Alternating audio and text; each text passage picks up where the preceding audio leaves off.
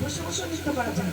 আমি বলতে পারছি না যে ধনী নাচুন, কারণ আপনারা উড়িয়ে আসাটা ভাঙা ভাঙা বলে মনে হবে, সেজন্য উঠবে কিন্তু অবশ্যই উঠবে শেষ মুহূর্তে এখন পারে। কিন্তু এখন একটু দু হাত মিলে সবাই বসে বসে নৃত্য করুন না, সবাই হাত তুলে শুধু হাতটা হেলালে হবে। কেমন পিছন দিকে যা নৃত্য করছো, পিছন দিকে যা নৃত্য করছো সব ভাবে আছে। চলো না করতে রে